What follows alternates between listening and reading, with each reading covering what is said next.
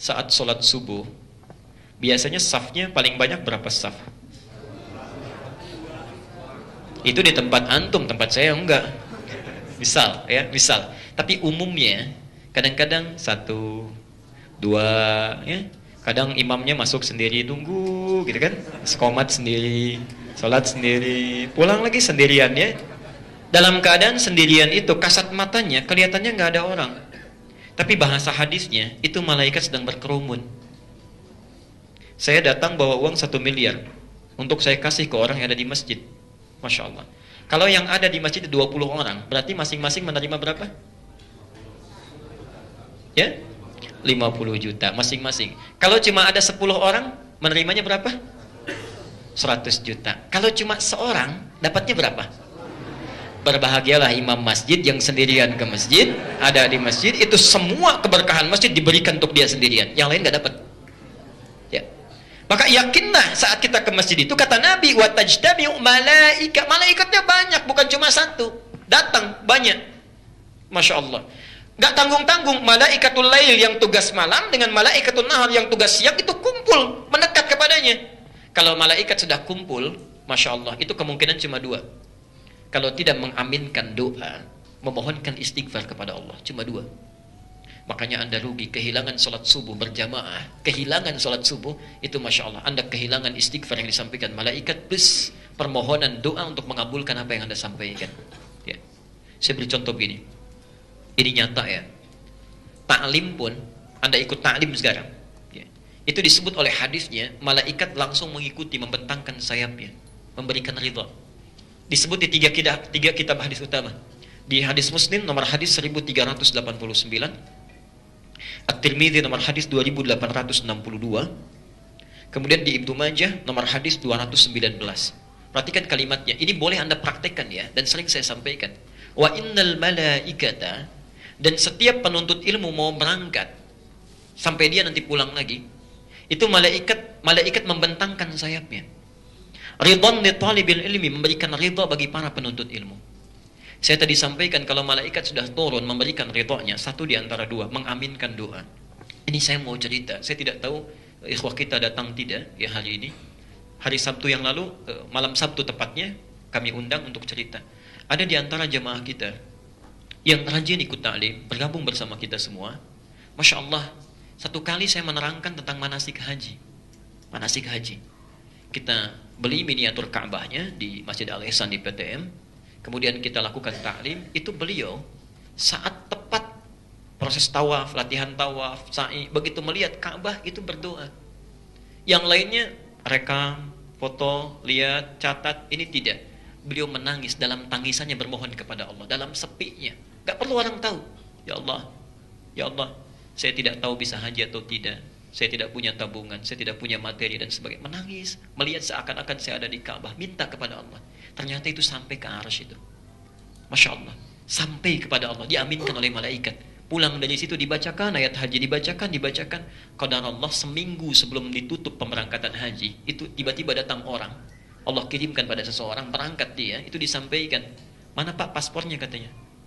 Bapak haji sekarang, sepekan sebelumnya, dan haji plus seminggu sebelumnya. Itu cerita beliau ketemu ya sambil Masya Allah, sepekan. Saya bilang kemana aja? Masya Ustaz, saya kemarin haji katanya. Masya Allah, alhamdulillah ya. Itu minta, saat tadi minta. Bayangkan Allah tiap waktu di subuh hari ya menggerakkan malaikat untuk menunggu siapa yang memohon, siapa yang ingin diampuni dosanya ya. Saya sudah sejam bicara ini. Ada yang tidak punya dosa di antara kita sekarang? Tidak ada ya. Boleh angkat tangan yang nggak punya dosa? Yang sedikit? Yang banyak? Tuh Anda saking banyaknya nggak mau ngangkat ya. Minimal pikiran kita sudah salah ya, sudah dipikirkan dari pikiran kita. Ustaz tadi kok pecinya begitu ya, kok jubahnya, itu baru pikiran tuh ya. Belum yang lainnya ya. Bertakwalah tiap hari diturunkan subuh ya. Ini bagian yang pertama. Kedua, saya percepat. Kedua, salat subuh dijamin oleh Nabi SAW melalui hadis yang disampaikan oleh Imam Muslim nomor hadis 656 ya. Itu Masya Allah bernilai pahala semisal salat semalam penuh, semalam suntuk ya. Kita bacakan hadisnya.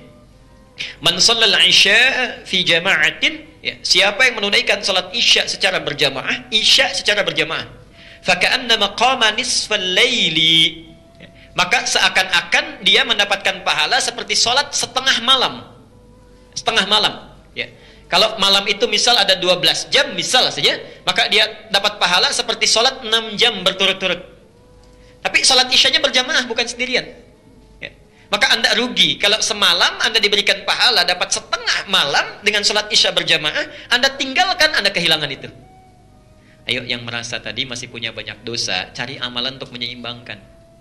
Sehingga dengan amal soleh kita kerjakan, yang jelek ditutup. Apalagi kalau dengan tobat kita lakukan, hilang yang jelek, yang baik muncul, bekal dapat. Ya.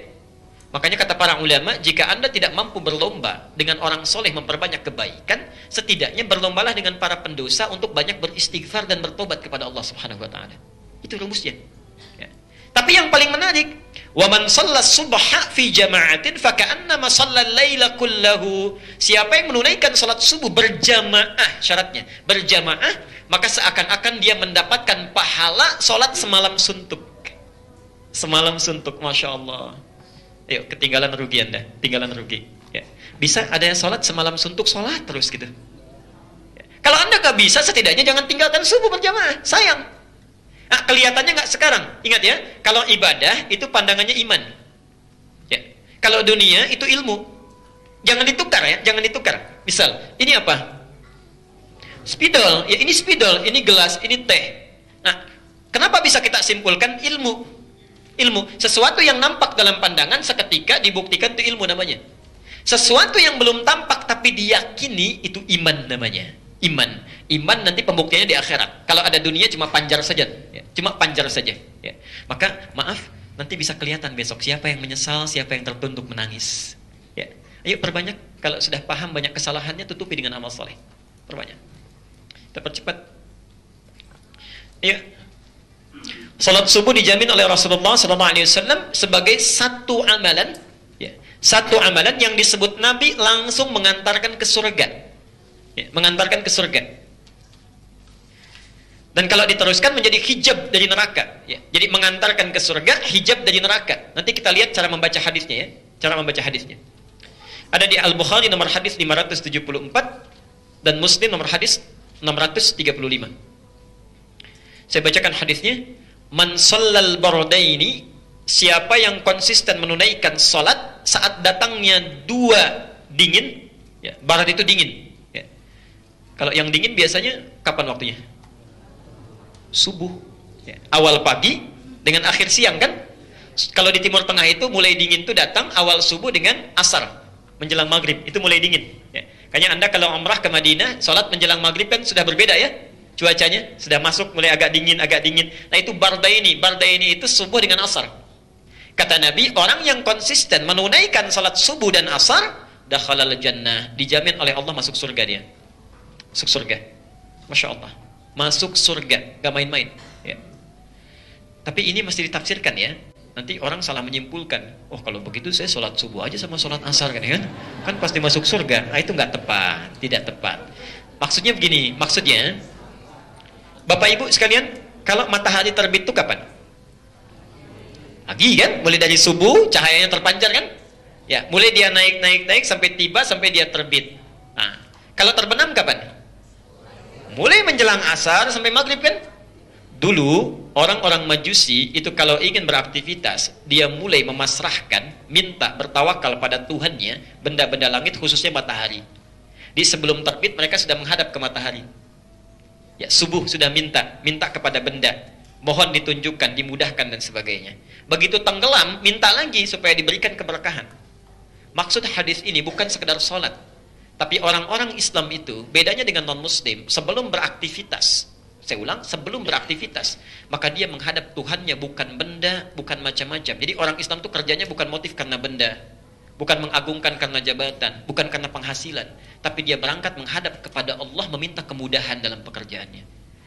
Karena itu kenapa disebut salat subuh? Ini yang belum saya jelaskan. Satu fajar, kedua apa? Subuh. Kenapa disebut dengan subuh? Subuh itu dalam bahasa Arab memiliki dua arti. Memiliki dua arti, as-subhu.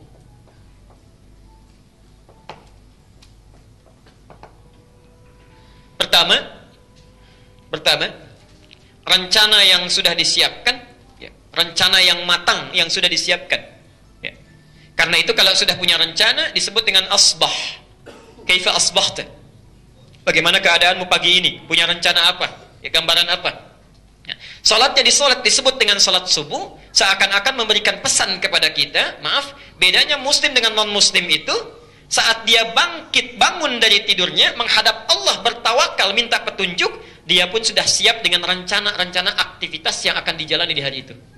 Ya. Di setiap muslim itu, maafkan, setiap muslim kalau sudah bangun dari tidurnya, salat subuh, bukan sekedar salat. Ya. Seakan-akan sudah siap rencana, sudah punya planning. Jam 7 saya ada di mana? Jam 8 saya kerjakan apa? Jam 12 saya berada di tempat apa? Terus punya rencana dalam seharinya. Ya. Itu tidak tepat kalau ada orang Islam beraktivitas nggak tahu apa yang mau dikerjakan. Ya. Pak, nanti jam 10 ada di mana ya? Oh, saya kurang tahu ya, nanti coba saya pikirkan dulu. Repot itu. 10 mau mikir, susah. Maka subuh pertama. Jadi Anda fajar menghadap Allah, rencana sudah siap, seakan-akan begini urutannya. Anda siapkan rencana, ini pekerjaan saya. Sebelum Anda kerjakan, bawa kepada Allah. Ya, dalam sholat, mohonkan, diberikan kemudahan, kenikmatan, kenyamanan. Minta, orang Majusi minta kepada benda, pada matahari, Anda minta kepada pencipta matahari. Ya. Orang minta kepada benda, ya bisa. Sekarang tidak pada matahari, ada pada patung, pada hewan, pada macam-macam. Kita minta pada pencipta seluruhnya, minta kemudahan. Ya. Makanya sunnahnya dari Nabi, para sahabat dan sebagainya, nanti kita akan lihat, selesai sholat subuh, itu tidak langsung berangkat. Ada yang zikir dulu, ada yang nunggu bahkan sampai syuruk, macam-macam. Ya, Masya Allah. Yang kedua, subuh artinya gerakan pertama yang dilakukan. Gerakan pertama yang dilakukan, pionir lah, awal. Gerakan pertama yang dilakukan, pionir, awal.